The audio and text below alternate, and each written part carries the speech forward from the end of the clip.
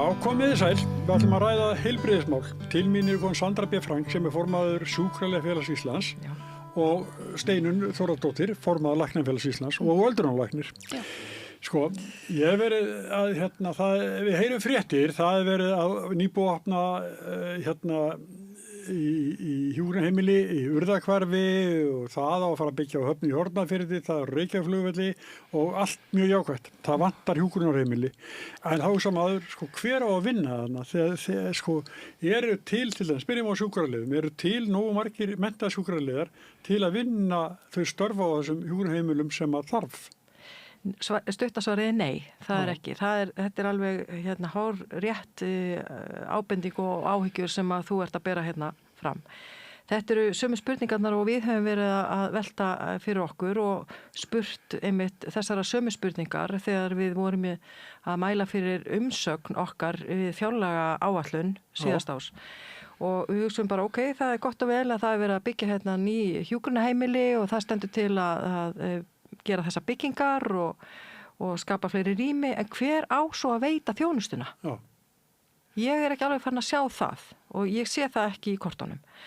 Og við höfum árum saman barist fyrir því að reyna að fjölga sjúkraliðum í stétt sjúkraliða og reyna líka að tryggja það að það sé ákveðin svona starfsþróuna ferill innan stéttarinnar þannig að sjúkraliðar sem mennta sig í það að verða sjúkraliðar hafi eitthvað framgangsmöguleika innan sinnar stéttar.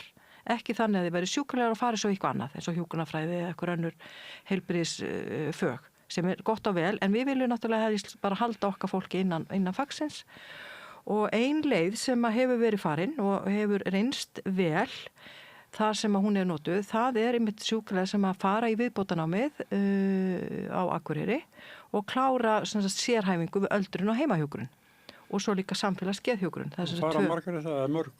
Já, það sem hafa útskrifast núna, þetta er búið að vera í gangi frá 23, þá eru 90 sjúkraliðar sem hafa útskrifast og þetta er bara verkefni sem að við höfum barist fyrir árum saman, bara til þess að reyna að varpa ljós á það séu þarna framgangsmöguleikar einum fagsins. Og það sem að við lendum í er það að það er ákveðin svona menning innan heilbrigðiskerfisins sem birtist í því að það er hver að halda sitt. Þannig að það hefur reynst okkur mjög erfitt að sýna fram á það að þessi tegund menntunar muni nýtast og nýtist vel innan hjúkrunar heimilana í rekstri og í starfsemi hjúkrun aldraða og í heimahjúkrun. Og þetta er bara haldið niðri. Já, þetta er bara verk að vinna. Þetta er þannig að við erum með hjá ríkinu, þá erum við með stofnanasamninga sem er framhald af kjarasamningum. Og í stofnanasamningum þá er svona ákveðin framgangsmöguleiki starfalýsinga á því hvernig starfsþróun sjúkraliða verður. Af því þetta er allt saman félagsmenn okkar eru allir á launum í samræmi við launatöflu og það er engin á svona markaslaunum eða þannig. Þannig að þetta er bara eftir því bara hvar þú raðist í töfluna og svo eru byrjendalaunin bara einhver ákveðin X sem er 560.000 og svo bara eftir hvar þú ert að vinna í kerfinu þá er ákveðin byrjunarlaun fyrir 100% starf en svo er ákveðin starfsþróunarmöguleiki sem þú hefur innan samningsins en það sem hefur reynst okkur verulega erfitt það er það að tryggja sérhæfðum sjúkraliðum ákveði starf innan stofnanasamnings og starfalýsingu þar að leiðandi og þetta er bara verk að vinna en það sem að hefur tekist að það er að við náðum að gera stofnanasamning við samtök fyrirtæki velferðarþjónustu. Það sem að er náttúrulega sá aðili sem að hefur með rekstur hjúkrunarheimila að gera. Og það var svona, það jákvæða við þetta. Þannig að þessi hópur hefur ákveðin svona möguleika innan hjúkrunarheimilana en það bara dugar ekki til því að við þurfum líka að hafa framgangsmöguleika fyrir hinn almenna sjúkraliða sem er náttúrulega stóri stokkurinn okkar. Sem er náttúrulega bara megin þorri allra okkar félagsmanna eru náttúrulega sjúkraliðar sem eru þá að hafa ekki lokið þessu framhaldsnámi. Og það þarf náttúrulega að vera líka þá möguleiki fyrir þá að hann njóta einmitt tækifæra til þess að láta á sig reyna í störnum sínum og það hefur gengið betur en það sem hefur gerst núna bara allra nýverið er það að til dæmis að á dvalar- og hjúkrunarheimilinu Höfða á Akranesi þar gerðist það óvænta að þar útskrifuðust sjúkraliðar sem voru starfandi starfsmenn í umönnun á hjúkrunarheimilinu. Það var 7 manna hópur sem var þar að vinna, sem útskrifuðust núna síðastliðið vor sem sjúkraliðar og 4 af þeim fengu stöður sem sjúkraliðar, 3 ekki. Þeir fengu bara samt áfram að vinna sem bara venjulegt fólk bara í umönnunarstörfum og en fekk ekki stöðu sem sjúkraliða. Og þá velti maður fyrir sér, hvað er eiginlega að gerast hérna? Vantar ekki sjúkraliða? Jú, það vantar sjúkraliða. En það sem kom svo í ljós þegar við fórum að kanna máli betur, að það var það að það þjónustusamningur sem gerður við Sjúkratryggingar Íslands rekstur hjúkrunarheimila.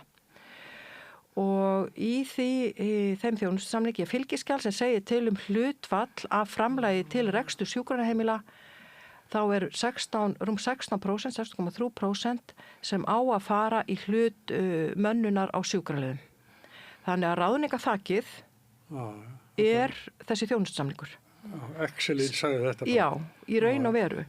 Þannig að þarna það sem hefur ekki gerst í okkar, eða ekki allavega ekki minni til, að það hefur verið ofmönnun af sjúkraliðum frambúð af þeim til að starfa.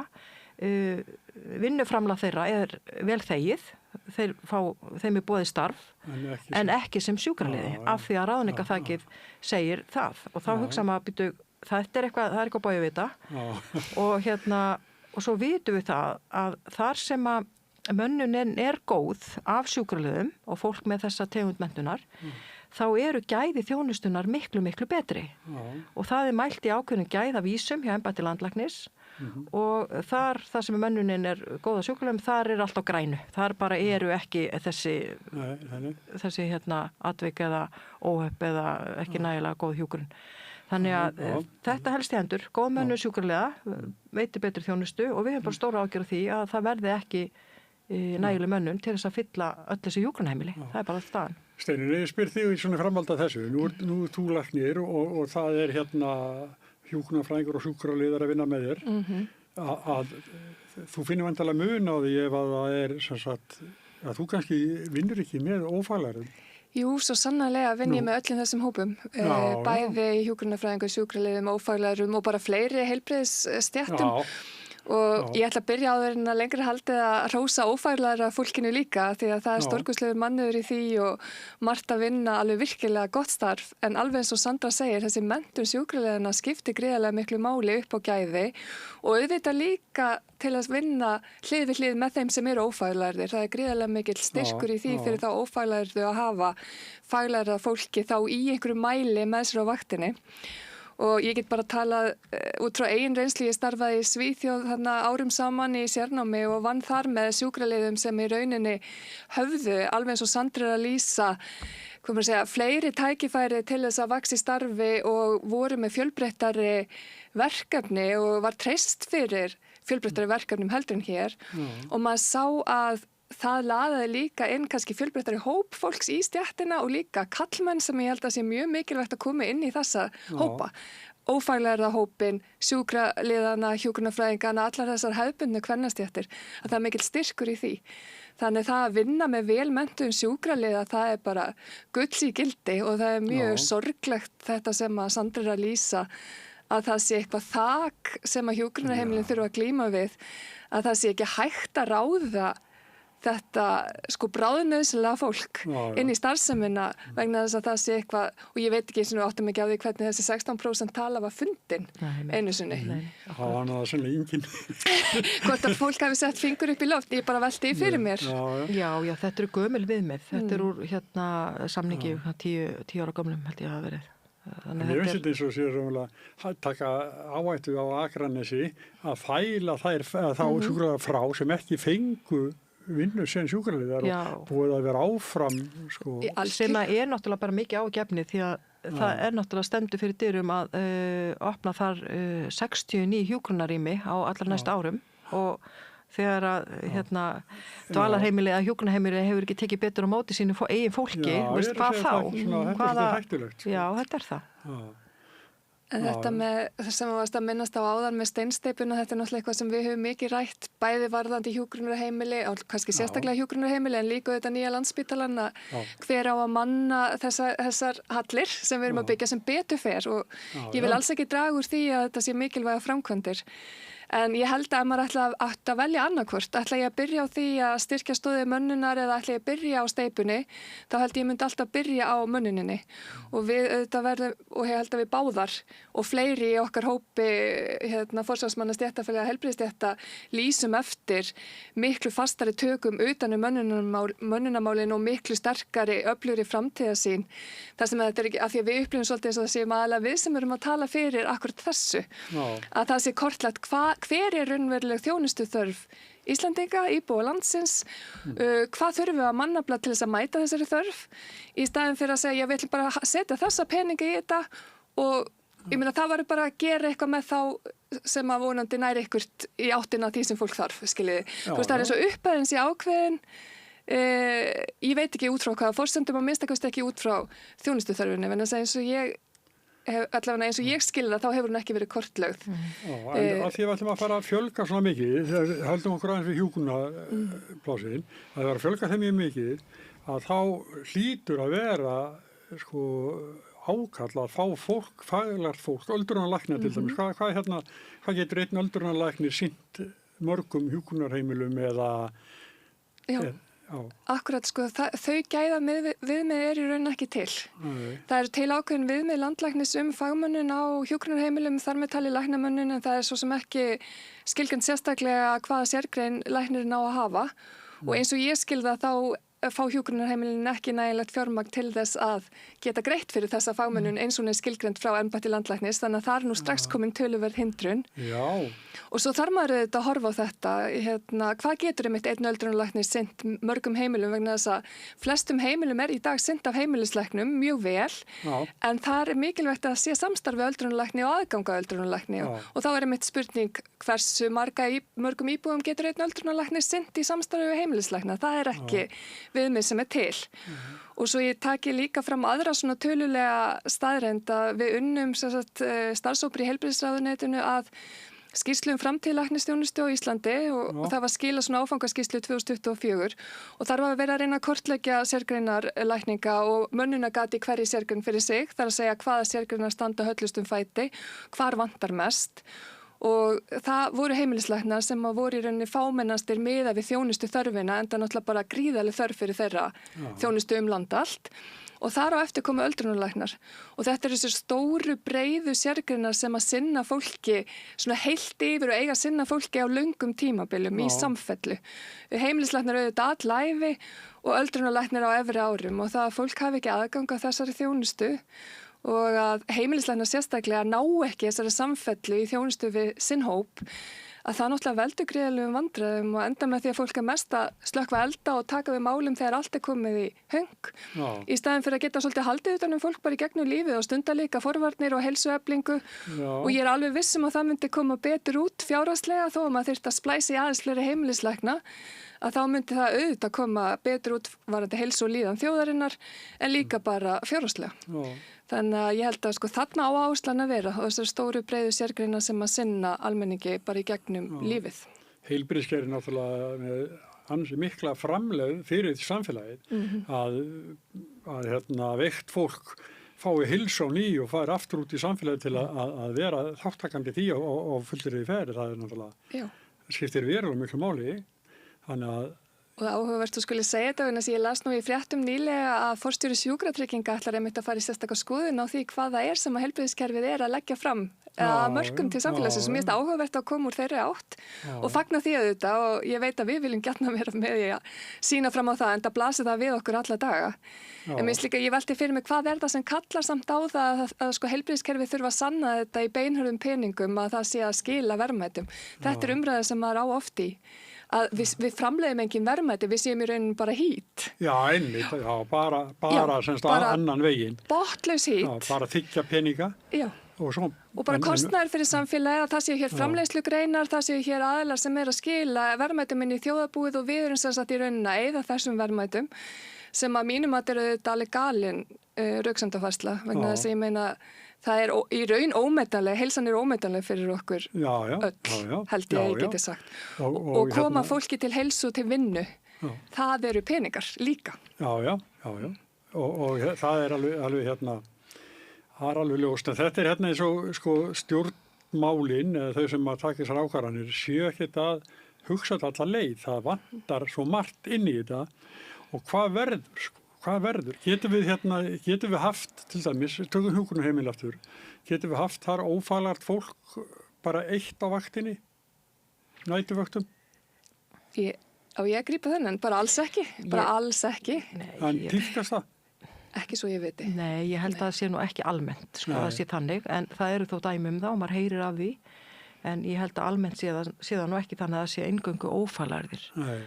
En það er vissulega skortur á faglegu fólki og það er oft mikið álag á þessum eina faglærðar sem er þó til staðar, einhver staðar í náanlegur, en ég held að almennt sé að þá sé nú ekki lagt upp með það að fólk sé ófaglært að taka að sér svona heilu deildarnar, en það er samt þannig og maður náttúrulega heyrir margt og það er samt þannig að þessi mönnun, hún mætti vera faglegri og það mætti vera fleiri að sinna morgunvöktum. Það er mikið álag á fólki sem er að sinna morgunvöktunum. Það er náttúrulega sá tími dagsins sem að náttúrulega flestir fara fætur og þurfa að klæða sig og fara í bað og annað, þannig að þetta mikla álag brýst náttúrulega fram í því að það er ónæg mönnun á morgunvöktum. Og það er náttúrulega ekki nógu gott, við vitum það. Það er náttúrulega þá bara það sem gerist og það sem raungerist hjá okkur sjúkraliðum er það að þegar álagi verður svona yfirgengilegt að þá fer fólk að minnka vissi starfshlutfallið enn frekar. Og svo fer það að hætta að taka næturvaktir og svo fer það að hætta að taka þessar þungu vaktir sem eru svona íþyngjandi. Þannig að hlutastörfin verða alltaf til staðar í stéttinni sem er ekki heldur nógu gott. Er þetta einhver breyting sem þið sjáu bara milli ára? En þetta hefur verið bara gegnum tíðina. Já. Og var bara, þetta var meira ábyrrandi þegar að vinnuvikan var 40 stundir. Við höfum náttúrulega stytt vinnuvikuna niður í 36 stundir, þannig að það hefur svona aðeins haldist svona þetta starfshlutfall og við höfum náttúrulega reynt að hvetja fólk til þess að vera í fullu starfi. En þegar að álagið er svona mikið og þegar það er svona þungt að sinna morgunvöktunum eins og dæmin sína, að þá er þetta bara vandarsamt verk. Þetta er náttúrulega þetta er ekki ótæmandi auðlind að sinna fólki.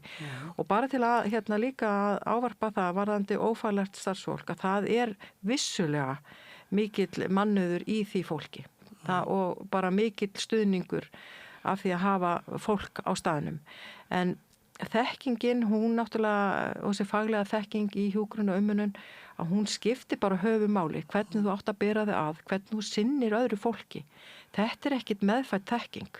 Og þeir sem að koma svona af götunum... En læraðu ekki af þeim sem eru að vinna með? Jú, vissulega, en það er líka álag að vera með eitthvað svona ófaglæran og þurfa að leiðbeina viðkomandi og hlaupa á eftir honum til að segja hvað hann á að gera og ekki gera. Þannig að það er líka viðbótar álag. Þannig að það er svona í kortunum að setja á laggirnar einhvers konar umönnunar námskeið eða nám sem að mun sennilega svona byggja upp svona þekkingu, grunnþekkingu sem að ætti þá í raun að vera aðfaranáma sjúkrarlega braut sem er náttúrulega bara mjög gott og það þarf að bara takast vel því við viljum náttúrulega sinna okkar fólki af fagmennsku og allir vilja vera þar. Ég held að þannig að við bara reynum og vonum að það verði að veruleika en Á sjónum er það að kalla pungapróf, en á litlu pungan eins og bátarnir og kalla litlu bátarnir. En við viljum náttúrulega ekki að heilbrigðiskerfið horfi til þess að það reddi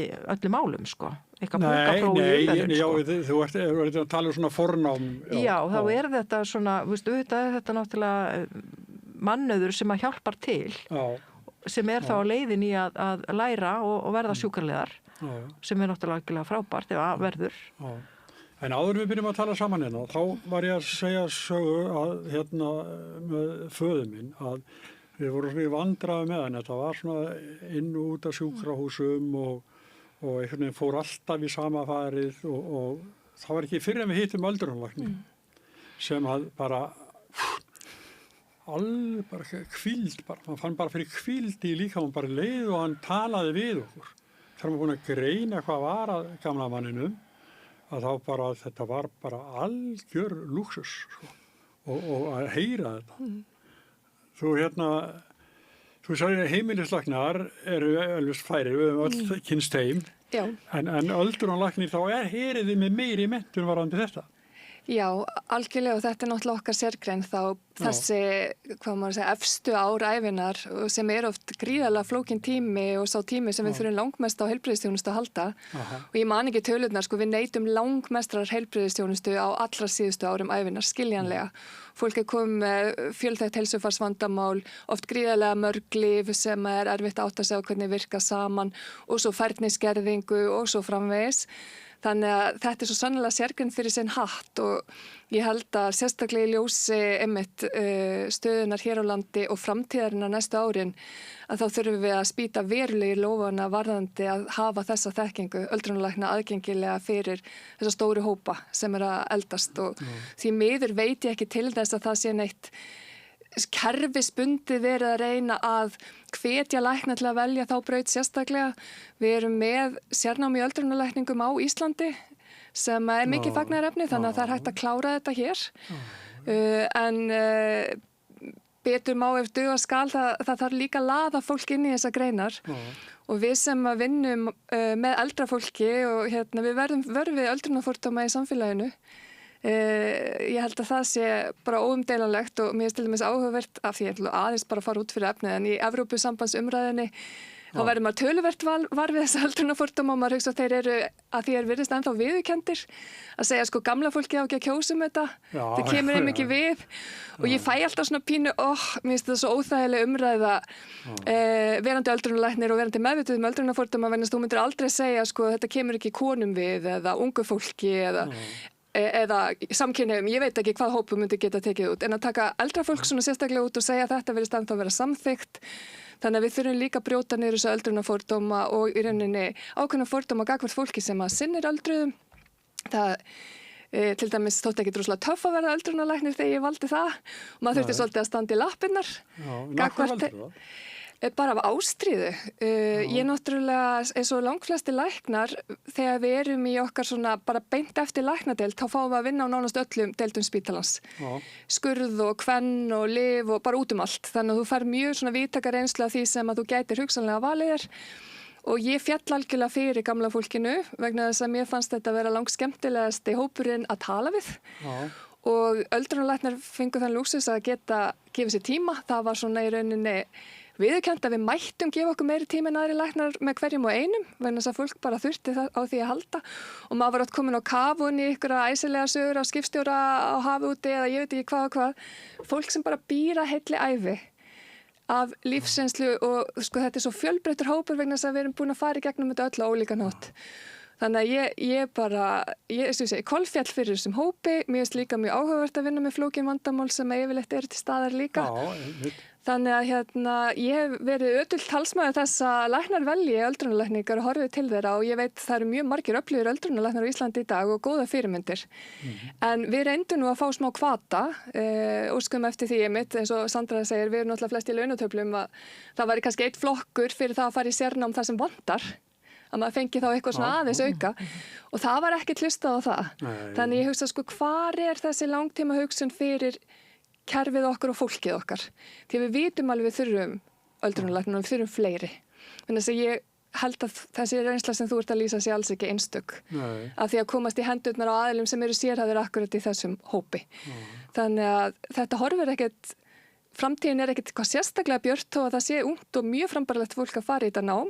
Það þarf fleiri og við þurfum ykkur að hvata og það þarf ykkur að heilda sín og fólk þarf að segja já, við þurfum að stýra þessu með ykkur hætti. Öldrunarfordómarnir eru eitt.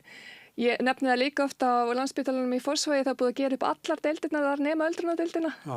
Hún er ennþá í upprunalegu ástandi og sko ég meina hvaða skilaboð erum við að gefa gamla fólkinu okkar og fólkinu sem sinnir því. Þetta er bara eitt lítið dæmi, en lýsandi. Samt, sko, svolítið skert, sko. Það er svolítið skert ljós þarna ef að þessi deild einu er skilin eftir. Já, það segir bara svo margt. Og þegar á að yfirgefa gamla byggingu, eins og núna verið að tala hvað á að gera við Landspítalann í Fossvogi. Kannski verður það öldrun. Ég meina flott hús, ég ekkert að kvarta. En þetta samt svolítið svona, þegar eitthvað á að uppfæra, þá að fara inn í hátæknina, framtíðina, að þá eldra fólki skilið eftir. Og það eldra fólki sem að liggur á bráðamóttökunni í sólarhring eftir sólarhring eftir sólarhring. Það yfirleitt ekki yngra fólki. Og þetta fólki sem á minnst við því og á alltaf besta skilið. Þannig að þú ert nú komin inn í bara annað en mönnun, þú ert komin í ástöðu mína fyrir eldra fólki. en þetta bara svo stór hluti af okkar áskorunum til framtíðar tengist þessu. Mér langar að spyrja ykkur báðar að því, þið náttúrulega heyrið að áformum hjúkrunarheimili, nýjar deildir og nýjan spítala og annað og spyrja því sjálf og hvað? Ef ég mætti bara grípa þennan og hvað, það akkurat spurningin sem að maður velti fyrir sér. Ég held að stórum hluta þá liggi þessi spurningi í því að okkur skortir heildar yfirsýn.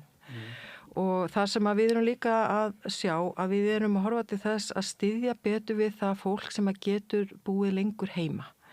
Heimahjúkrun afskaplega mikilvæg þjónusta og ætti að vera miklu umfangsmeiri og svona marktækari. Og hún á að vera þannig framsett finnst mér að þetta vera þannig að það ekki bara verið að sinna heimahjúkrun heldur líka þessari félagslegu þjónustu sem það vissulega gert að hluta og samtvinnið þjónusta á Reykjavík, bara Reykjavíkurborg en ekki allsstaðar þannig. Og heilsugæslu höfuðborgarsvæðisins til dæmis með heimahjúkrun og það verið að sinna heimahjúkrun að hluta til með Kópavogi heimaþjónustu en þetta allt og svona sunduleit skipulag og flókið. Og þetta þarf náttúrulega að vinnast miklu betur saman og það þarf að efla þessa þjónustu miklu betur og veita fólki tíma heima hjá því. Því að það bara ekki nóg að hlaupa inn og gera það sem þarf skiptum sár, rífa fólk að fætur eða hvað gert á stuttum tíma. Það þarf líka aðeins svona að eiga samtal, bara hvernig hefur þið í dag? Og svo makinn sem þarna að bógrast við að styðja sín maka eða hvað það það líka, þetta svona fjölskyldu hjúkrun. Þetta ekki bara maður og mannhjúkrun, þetta eru aðstandendur, það þarf líka að taka út aðstæður, það fólk þarf að fá ákveðin stoðtæki, annar rúm heim í hús og þetta svo margþætt sem þarf að sinna. Stundum það þannig að það þarf að breyta heilu baðherbyggjónu til þess að sé hægt bara yfir höfuð að sinna fólki heima hjá sér. Þannig að þetta þarf bara miklu meiri athygli og stuðning að þessi þjónusta sé veitt af meiri gæðum í heildsinni. Ég ekki að segja að það sé ekki gæði í þjónustunni, en hún svo brotakend og hún flókin og fólk sem stendur frammi fyrir því að eiga maka sem komin á það stað, get ekki farið sjálfur á fætur, hvert á hann að leita? Hvert á hann að fara? Hvar á hann að biðja þjónustuna? Hver kemur og bankar upp á og segir, allt í lagi hér? Þetta þarf að fara svo erfiðan farveg til þess að fá þjónustuna. Og hún einhvern veginn, það svo mikil barátta sem að þarf að verða áður en þetta sé komið. Sem getur ekki staðið í. Já, sem að bara fólk sem að bara nánast, bara komin bara á það stað sjálft að það þarf jafnvel stuðning líka. Þannig að hvert á fólk að fara? Og þetta finnst mér bara að vera ágefni. Ég fæ kannski að grípa þetta eins vegna þess að þú spyrði mitt hvert á fólk að fara og staðan í dag svolítið svo að fólk fyrir á bráðamóttökuna.